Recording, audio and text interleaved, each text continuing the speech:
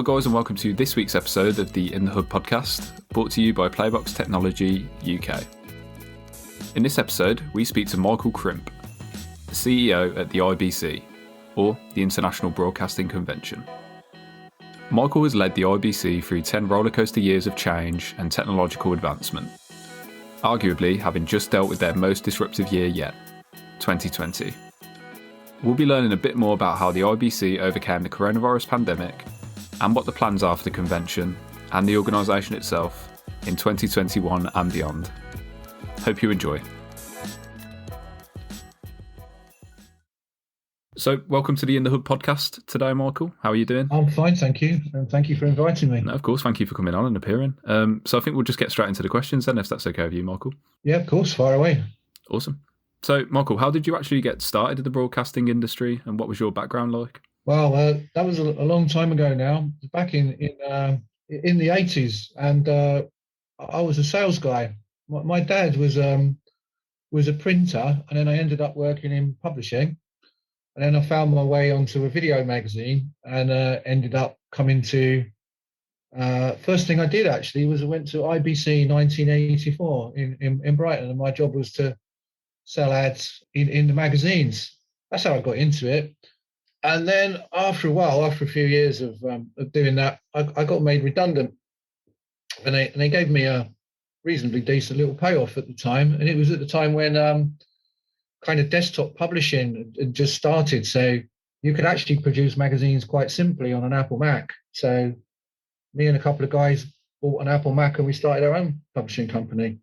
And that did okay for a while, till the internet came along and it kind of confused things a bit.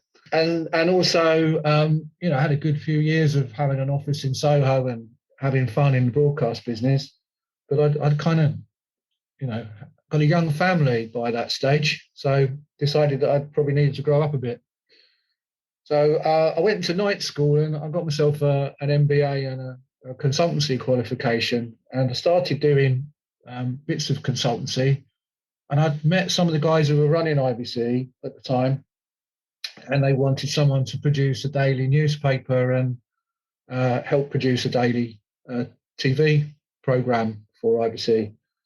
So they asked me to get involved doing that. So that's how I did that, and I did that for quite a few years actually. And then eventually, as IBC was growing, they were looking for someone to work on a future strategy for them. And they asked me to do that, and that led to them offering me a CEO job. And I've been doing that for about 10 years now. So I guess like most people listening to this, the career path is completely accidental. Yes. I mean, that's one thing we've learned doing these podcasts is that oftentimes it's people just fall into these things and you think it's this grand planned strategy, but it very rarely is, isn't it? No, I can't. You follow the line of least resistance and most fun, I think. So I like that. So that obviously now that's led up to you now at the CEO role at IBC. So what were your initial impressions about the IBC when you first joined? I know that you said that you obviously attended the one in Brighton a little while back. And, was there always a clear direction that you wanted to steer the convention in? Well, I was quite, pleased and flattered to be given the opportunity to talk to the industry about creating a strategy for it. IBC in those days, in big bold letters, was International Broadcasting with a big capital B, convention. And really it was about terrestrial broadcasting. It was an international event, but it was very much focused on, everyone's got an aerial on their roof. It seemed to me that talking to people and doing the research that the industry was changing massively. And so to try and give it some focus, we thought, well, what are the things that are changing it? So the first thing was, other delivery mechanisms. So there was cable, there was satellite, and then on top of that, we've seen mobile communications. So it was important that IBC embraced those things. And what we saw at the consumer end was screens getting bigger and better and cheaper all at the same time. So it became interesting for us to think what the implications of that were and to roll out different parts. So we did things like launch content everywhere, which originally was a mobile zone. We brought in our big screen, theatre. Even had in the original days something like an IPTV zone. And I guess what was sitting behind that was the essence of the strategy which we put together was to be agnostic about screens, because everyone was talking about a TV screen. And in those days, there was a very basic mobile screen, and then there was a computer screen, but the internet couldn't do very much. And then there was a TV, which was sort of interactive, but really it was just receiving information, and then a huge cinema industry. So we thought, well, let's be agnostic about whether we're in broadcast or not, because actually all the skills and creativity in the industry are likely to be the place where everybody converges to make sense of this. So that was a very large part of the success and growth, and you can see that at IBC now. The IBC bit is more of a logo than International Broadcasting Convention. And our current tagline, which is empowering content everywhere, is a kind of summary of where we are in that strategy. So, and I hate to bring it up, Michael, but how have you guys been adapting to COVID-19? So obviously with stuff like the IBC podcast that started and the IBC showcase, the virtual events, what have you guys been doing to adapt to COVID-19?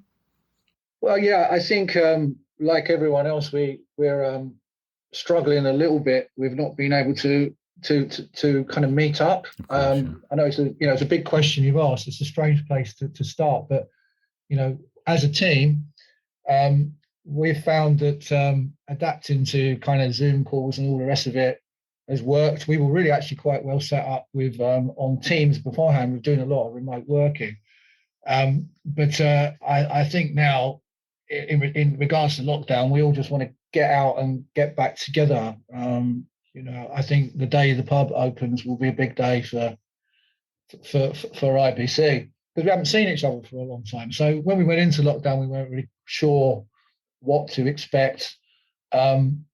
We're determined to kind of try and keep in pace with what the industry were looking for, and that ended in a cancellation of the event last year, which clearly, if you can't hold a safe and valuable event, there's no point doing it. So we cancelled it there. What we did have going was we'd launched something called IBC 365, which is our online platform. And like you say, that has been developed with some podcasts and some video showcases and some things over the last year, and that's kind of kept us ticking over. And probably a bit more than that this year. I mean, we're kind of doing okay with that proposition. They're quite well viewed. We're generating some sales leads. People are interested in the content, so it gives us a viewpoint. But it's a added value to a live event as far as we're concerned. So we're doing what we can until we can get back face to face. Sometimes you don't know what you're missing till you can't have it. Yeah. Lots of people used to say, what's the value of a big event? How would you measure ROI for that? And I used to say, well, if I knew how to do that, I'd probably be floating around the Caribbean in a yacht now rather than kind of, sitting here, right? So I don't know, and nobody knows, but I do know if there was ever a time where we couldn't have a large event, then we'd find out. And we didn't have IBC, we didn't have NAB. Let's face it, we all miss it. We want it back, right? So our job's to try and make it as safe as it needs to be for us to go ahead. We are reliant on several factors. Main one, I think, will be kind of vaccine rollout in the EU this year, and the confidence of buyers in particular to want to come to the show. So it's been a tough and difficult year, but I'm not going to whinge about that because that's been the same for everyone, isn't it, really? Yeah, I guess, yeah. I've got to say, it's been great to see how you guys adapt, and it only leaves us with optimism about how it can carry on, basically, to see these conventions adapt and these trade shows adapt. It does leave you with optimism. I think so, and right across the industry, I think the overriding feeling is camaraderie and resilience, and all the things that bring you closer together. And when you feel closer together, you want to get together. 100%. Yeah, completely agree. So kind of coming out of this year then, how do you think events, conferences and shows will emerge from this pandemic? Do you think they'll be purely virtual? Will there be a kind of hybrid mix, or will it just be in person again? I think they'll be hybrid, but I don't think they'll be 50% physical and 50% digital. I think they'll be 100% physical and 100% digital. So if you were there, you'll get the benefit of both. If you're not able to attend, you'll feel like you've had some interaction, but I think you'll still feel that you're missing something out. Yeah, but I mean, we obviously, from our point of view, the way that technology is now, we've been working hard to make sure that our hybrid offering, as we'll call it this year, has enough of flavour of the real show floor. We're planning to do some stuff live and very quick VOD turnaround. And if people look at that and are engaged in that, if they're an exhibitor, they will be able to receive the sales leads from that, because we're trying to connect it up to their kind of on-stand presence, so that if they feel like they want to engage with people who are online, they can do that too. So we see it as an additional thing. Yeah. We think the content part of it is really strong. I'm not sure that you can really replicate a physical experience. If someone could give me a virtual pint of beer that I'd enjoy, then they could prove their point. But I'd rather be there, meeting people. But I do think we can enhance that and make it easier for people who are unable to get there by using digital. So digital becomes a new opportunity for us in addition to what we're doing. I don't think it's a substitute personally. Many might disagree. We shall find out. Yeah, no, I completely agree. I think it's more complementary. I think that's the best route forwards. I don't see it as being this, complete industry changer. And instead of being at these shows, everyone's going to be sat in front of their computer screen for, several hours a day. Yeah. No, completely agree with you. And then, Michael, this is, going off topic a little bit more, but, can you envision the IBC show being anywhere but in Amsterdam? Yeah, I think so. I mean, I like Amsterdam. We've been there a long time, but my heart's in Amsterdam, but my head's wherever the customers need to be to have a successful event. The only thing I would say is I think that in our industry, the social part of it is huge. Back when I worked in the press, I was fortunate enough to talk to the IBC guys when they were considering how they might move out of the UK. And I know that was an important factor, and one of the reasons they chose Amsterdam, not just for its connection as a hub and the venue being able to enable IBC to grow, and the fact that everyone spoke English, but the fact that it was a very social city. Yeah. And I can't see IBC. I can see IBC going somewhere else if it needed to or had to, but I would say it would have to be somewhere pretty sociable. It'd have to be somewhere like, to just throw something out there, a Barcelona or something like that. I don't see it going to necessarily to a big capital somewhere. We do like to take places over. Yeah. It's not just the case of throwing a dart at a map, is it? It's you've got so much to consider. Like I said, it's logistics, it's the social aspect and the environment as well. Yeah, and we've sort of have a long-term relationship with the city of Amsterdam, and yes, yeah, it's a bit like a long-term marriage. You have to work at it, but I think it works for the industry at the moment, and I'm sure they'd stand up and say. I did quite a bit of research on it for IBC a few years ago when they were thinking about whether they should look somewhere else. And to be honest, the data was quite divided and inconclusive. I think I'd summarize it best in a kind of one-to-one conversations I had with people. It's like some people like change, so they're like, let's go somewhere different. And some people don't like change. I always have the same room and same restaurant every year, right? So it came down pretty much 50-50. So in that instance, there wasn't really any real reason to change. But if one emerged, then it's my job and my duty to do that. And of course, we as I say to our friends at the ride venue, we have to look at alternatives and generate alternatives in case the ride burns down. Yeah, that's very true. So a bit of a general question then, Michael. how instrumental are these trade shows to the broadcasting community? And I know it's been echoed over the last few months in just how much people are missing the interaction and stuff like that. I think we've truly realised just how instrumental they are. But what is it about these shows that you think is instrumental to the broadcasting community?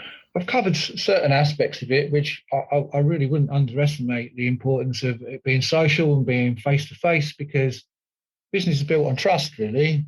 So you can do a lot of research on the internet, but if you're making really long-term big investments for you and your organisation, you probably want to go with a team of you and get to know the people, because these things are so complex. They're not going to be smooth. The things will go wrong. So you need to have trust in the people to be able to sort those out. So I think that's important. I mean, I could quote you, from my ABM research about the billions of trade that's done if you take the two big trade shows in the industry.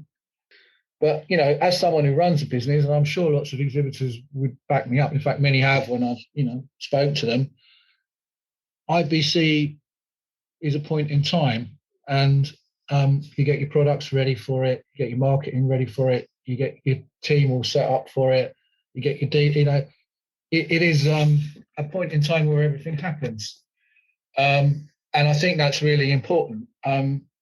Just to compare it with the digital world, there's a deadline every second, right? Because, you can just say, well, I was going to do that today, but it can happen tomorrow. Well, if our show opens at 9:00 on Friday morning, that's when it opens. So the curtains go up and everyone needs to be, doing their tap dance. So it's, I think, a very, very important from that point of view. And then, of course, there's just that human part that you can, a teams of people can go over and they can meet other teams, they can meet other companies, they can do all kinds of things. And that's where the value is. No, I completely agree. And Michael, this is a question we ask at the end of every podcast. And in one word, what do you see as the future for the broadcasting and film industry? It's difficult in one word, but I would say innovation. Innovation. And you give me, if I'm allowed a sentence, just to you can explain, just explain it. I've seen so many things come into the industry over the years, where in some industries they've been a problem. I mentioned desktop publishing and some technologies and what they've done for the newspaper industry, for example, which is basically sent it in a bit of a downward spiral. But we've managed to adapt and adopt. OTT was meant to be a big threat. Well, it isn't anymore. It's just part of us, right? It's part of what we do. So I think the fact that we're welcoming, we don't sort of push technologies and people away as threats. We see them as an opportunity to innovate is something that I see in the industry. Is one of the reasons I'm kind of proud to be part of it, because people want to collaborate and solve those problems. And we've got, I mentioned earlier about the different technologies that have enabled the growth of IBC, you asked me, but really IBC is just reflecting the growth of the industry. And you look at 5G, for example, you look at AR and VR and some overlaps with the games market. That's just one area, right? So you look at applications of AI and you suddenly start to go, wow, there's really a lot of things that and a lot of skill and positive creativity in this industry, which I have absolute faith in will mean that we'll continue to be at the forefront. No, yeah, completely agree. And just to finish on then, Michael, were there any exciting projects in the pipeline with you or the IBC that you can talk to us about today? Yeah, I think probably the thing that I'm been working on hardest and haven't quite managed to crack yet is to try and create some kind of 5G environment within the RAI.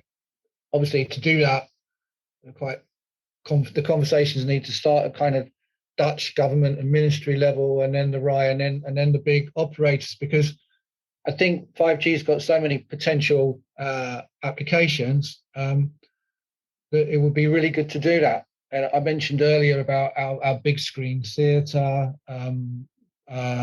esports. We did an esports tournament recently. IBC's got a history of saying, well, if there's a new technology, let's not just demonstrate it on the stands. Let's get some of the exhibitors together, find an area of the Rye or the city, and do that. In fact, as part of our 2020 showcase last year, we did a live 5G broadcast from Amsterdam. It's the first time it had ever been done.